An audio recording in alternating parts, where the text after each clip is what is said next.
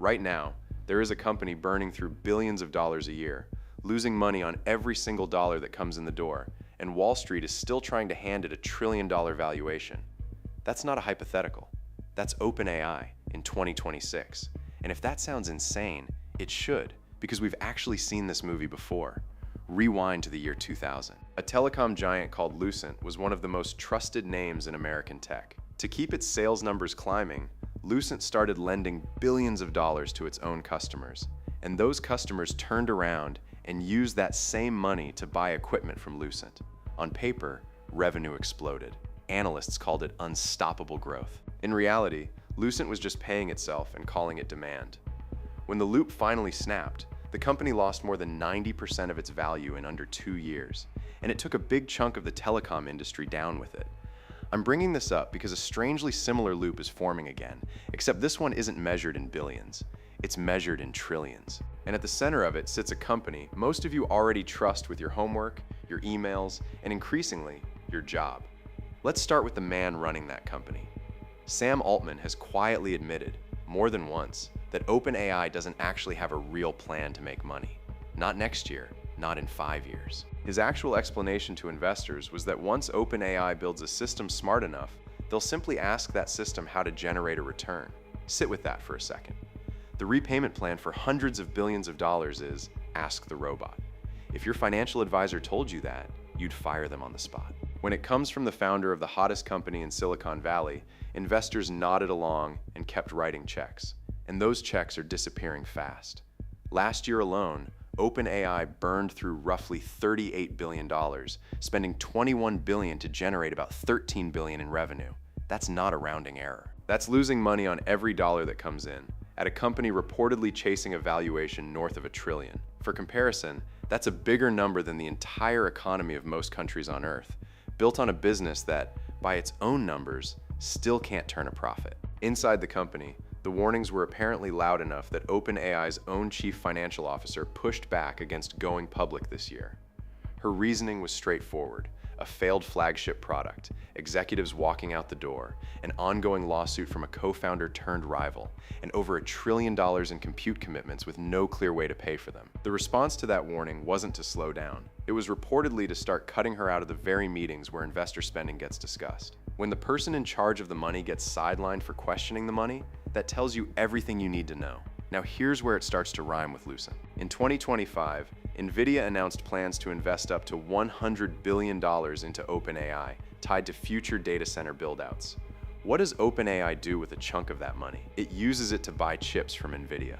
Separately, Oracle borrowed $43 billion this year, specifically to build data centers, which it then leases back to OpenAI at a premium. Follow that money around the circle and you'll notice something uncomfortable. A huge share of the growth everyone keeps citing is companies investing in each other, then counting the same money twice.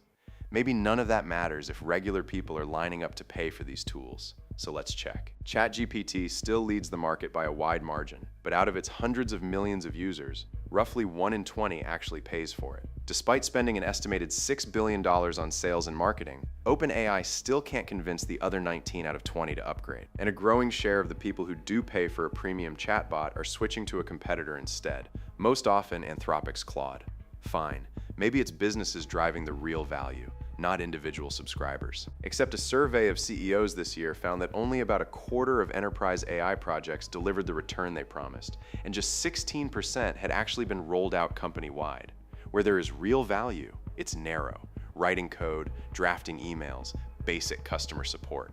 Almost everywhere else, the technology still hasn't paid for itself. It gets stranger. Picture a family that panic buys a giant chest freezer during a shortage scare, fills it with a year's worth of food, then 6 months later starts renting out shelf space to the neighbors because it turns out they wildly overbought.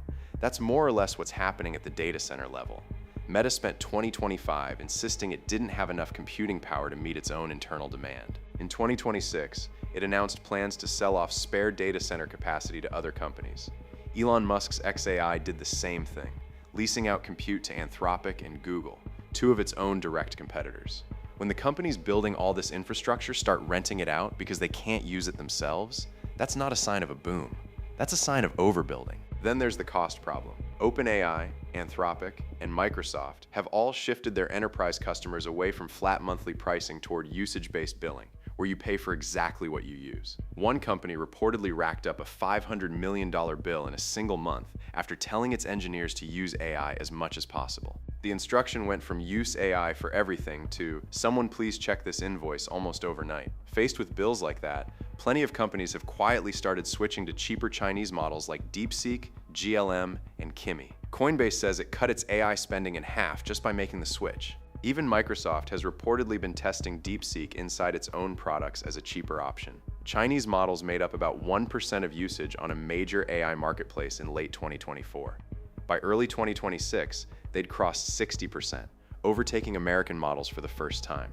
Meanwhile, the partnerships that were supposed to prove OpenAI's staying power are falling apart in real time. Apple originally planned to run Siri on ChatGPT. As of this year, Siri runs on Google's Gemini instead. OpenAI spent $6.4 billion acquiring a hardware startup led by Jony Ive, the designer behind the iPhone, hoping to build a new category of AI devices. Apple is now suing OpenAI, alleging the company tried to poach its employees by asking them to bring in confidential prototypes during job interviews. And Microsoft, OpenAI's biggest backer, is no longer its exclusive cloud provider and has stopped sharing revenue with the company entirely. When your closest partners start suing you and pulling back their money at the same time, that's not a rough patch.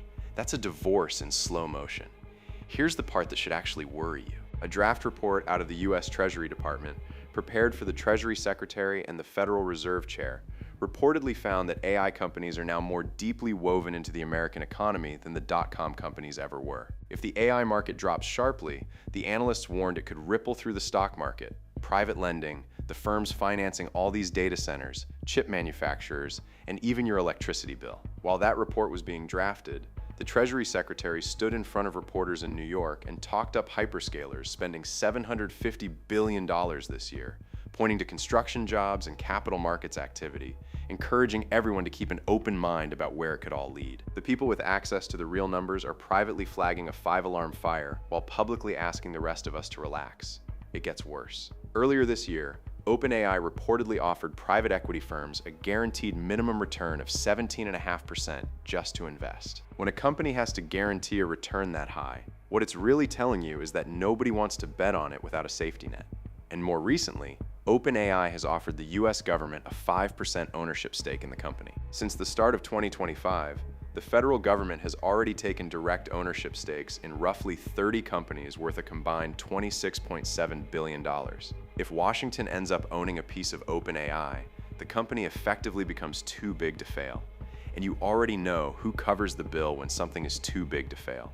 It's not the executives, it's taxpayers. Every bubble in history looks unstoppable right up until the moment it isn't. Back in 2000, the people financing Lucent's customer loans called it an aggressive, smart growth strategy. It only looked like a shell game in hindsight, once the losses were already locked in. That's the pattern, every single time. Obvious after the fact, invisible in the moment. So if you actually want to know whether the AI industry is as strong as the headlines claim, don't listen to the demos or the keynote speeches. Follow the invoices. Follow the loans. Follow who's really writing the checks and who's just cashing them and calling it revenue. Because eventually, in every bubble, somebody has to pay the bill. The only real question left is who that's going to be, and whether it's already been decided without ever asking you.